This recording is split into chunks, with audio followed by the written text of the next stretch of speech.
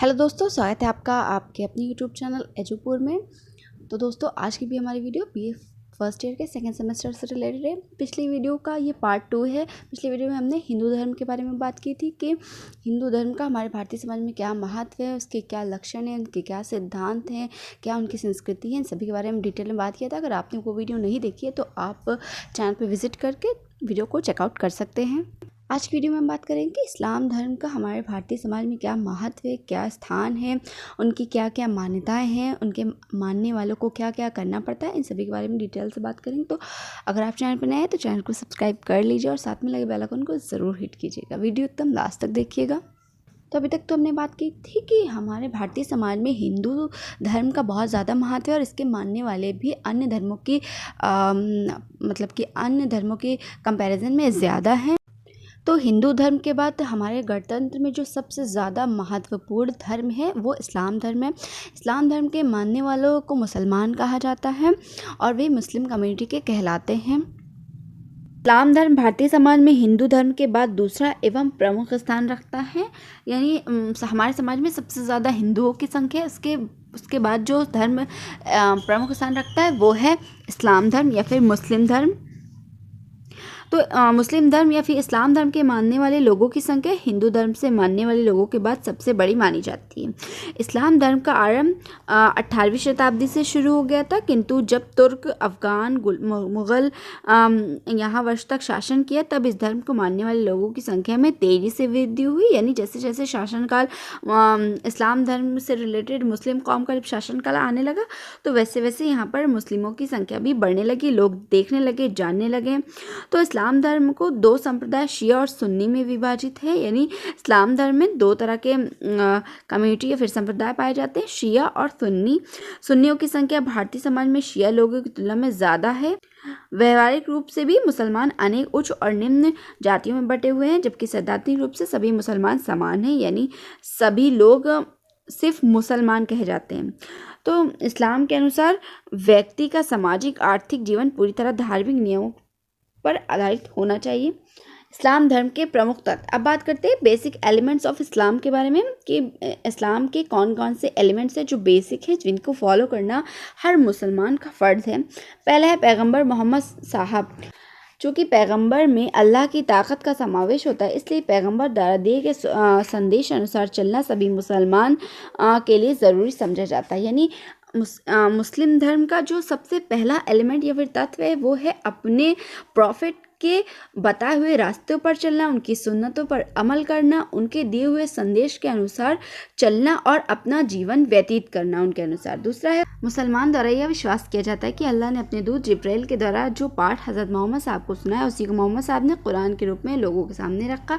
कुरान में 114 अध्याय, यानी इसमें 90 अध्यायों का संग्रह मक्का में किया गया और 24 अध्यायों का संग्रह मदीना में किया गया। 90 अध्याय में बताया गया कि रोज़े शुमार यानी क़यामत के दिन जजमेंट डे पर लोगों को किस तरह अपने अच्छे बुरे कर्मों का फल मिलेगा। बाकी 24 अध्याय में सामाजिक कानून और व्यवहार के तरीकों को स्पष्ट किया गया, जिनका पालन करना सभी मुसलमान के लिए आवश्यक है। यानी कुरान हमें जीवन जीने का तरीका बताता है कि हमें किस तरह से अपनी ज़िंदगी को बिताना है, किस तरह से रहना है, किस तरह से व्यवहार करना है, किस तरह से लोगों के साथ प्यार मोहब्बत से रहना है।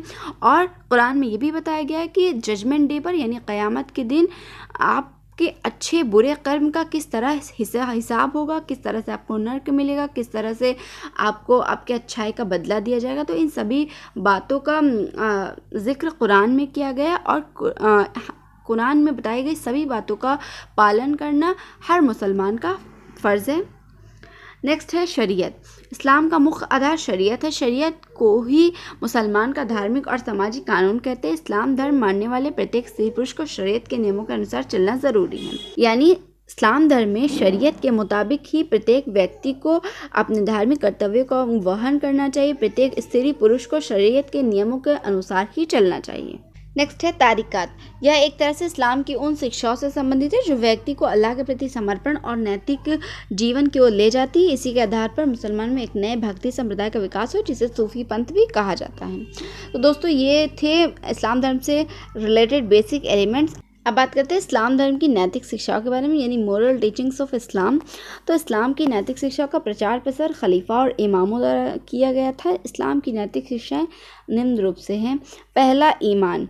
इस्लाम धर्म की पहली और प्रमुख नैतिक शिक्षा इसका अर्थ है अल्लाह और पैगंबर द्वारा दिए गए निर्देशों में विश्वास रखना, अपने अल्लाह पर भरोसा रखना। चूँकि पैगंबर स्वयं कोई गुनाह नहीं करता, अतः मुसलमान द्वारा ईमान के अनुसार सही काम करना ज़रूरी है। मुसलमान को इस बात का भी ईमान लाना ज़रूरी है कि क़यामत के बाद रोज़े शुमार का दिन आता है और इस दिन सभी लोगों को अनेक उनके अच्छे कर्म और बुरे कर्मों के सुख दुख बांटे जाते हैं।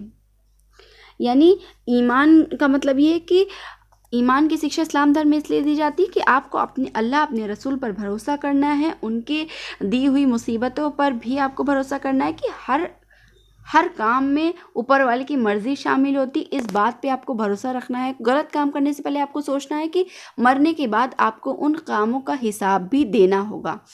तो इन सभी बातों पर आपको ईमान रखना बहुत ज़रूरी है। तो ईमान रखने की या फिर भरोसा रखने की टीचिंग, मोरल टीचिंग्स दी जाती है। नेक्स्ट है इबादत, अर्थात अल्लाह के प्रति समर्पण करना, उसे एकमात्र शक्ति मानना। इबादत में पैगंबर द्वारा दी गई मुख्तः 5 क्रियाएं होती हैं: शहादा, ज़कात, रोज़ा, हज, सलाह। शहादा का तात्पर्य है कि विश्वास करना कि अल्लाह एकमात्र ईश्वरीय शक्ति है और हज़रत मोहम्मद सल्लल्लाहु अलैहि वसल्लम उनके पैगंबर हैं। यदि इबादत की बात करें तो इबादत अल्लाह के प्रति अपना समर्पण करना या फिर अल्लाह के प्रति अपनी मोहब्बत को दिखाना इबादत कहलाता है। इबादत के लिए कलमा, ज़कात, रोज़ा, हज, ज़कात, सलाह, ये सभी एलिमेंट्स हैं जिन्हें हर मुस्लिम को करना फ़र्ज़ है। और ये विश्वास रखना कि अल्लाह ही एकमात्र ऐसी शक्ति है जो हर चीज़ पर कुदरत रखती है, हर चीज़ को करने की ताकत रखती है, सलाहियत रखती है। और हज़रत मोहम्मद सल्लल्लाहु अलैहि वसल्लम उनके रसूल हैं।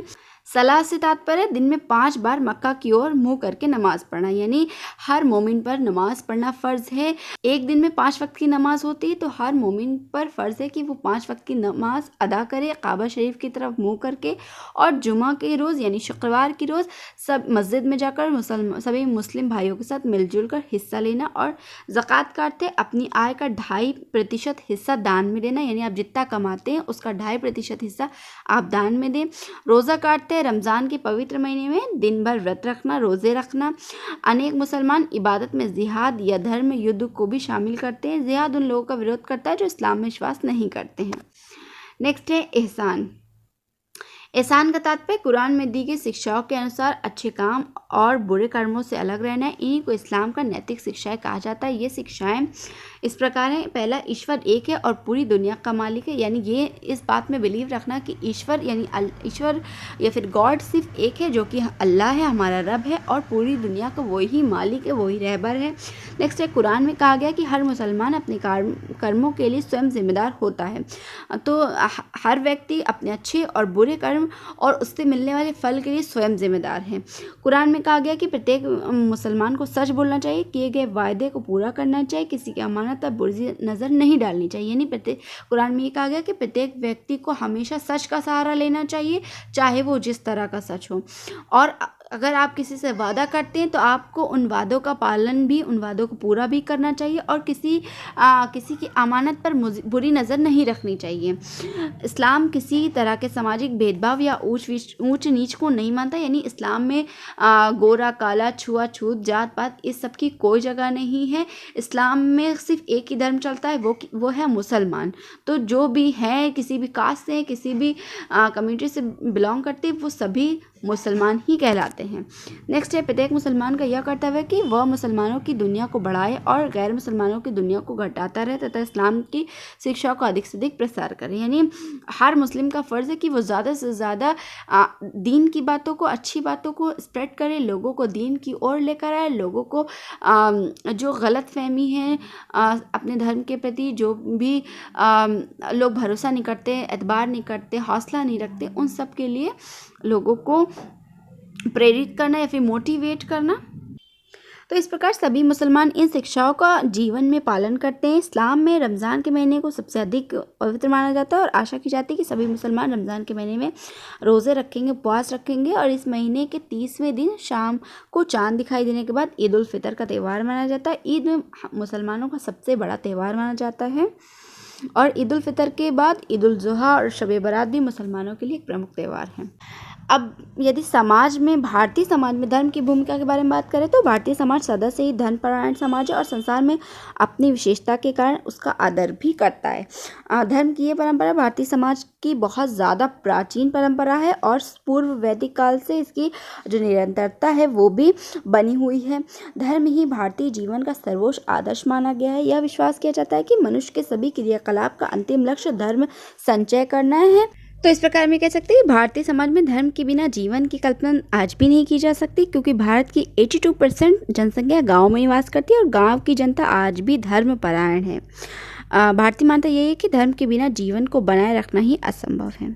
यानी धर्म एवं हतोअंति धर्म रक्षति रक्षित, अर्थात धर्म का जो नाश करेगा धर्म उसका नाश कर देगा, पर जो धर्म की रक्षा करता है धर्म उसकी रक्षा करता है। तो दोस्तों ये थी हमारी आज की वीडियो। आशा करती हूँ ये वीडियो आपके लिए हेल्पफुल रहे। वीडियो अच्छी लगे तो लाइक कर दीजिएगा, चैनल पे नए हैं तो सब्सक्राइब करके साथ में लगे बेल आइकन को भी प्रेस कर दीजिए और अपने दोस्तों के साथ भी प्लीज़ शेयर कर दीजिए। चलिए मिलते हैं नेक्स्ट वीडियो में, तब तक के लिए अपना खूब ख्याल रखिए। Bye bye.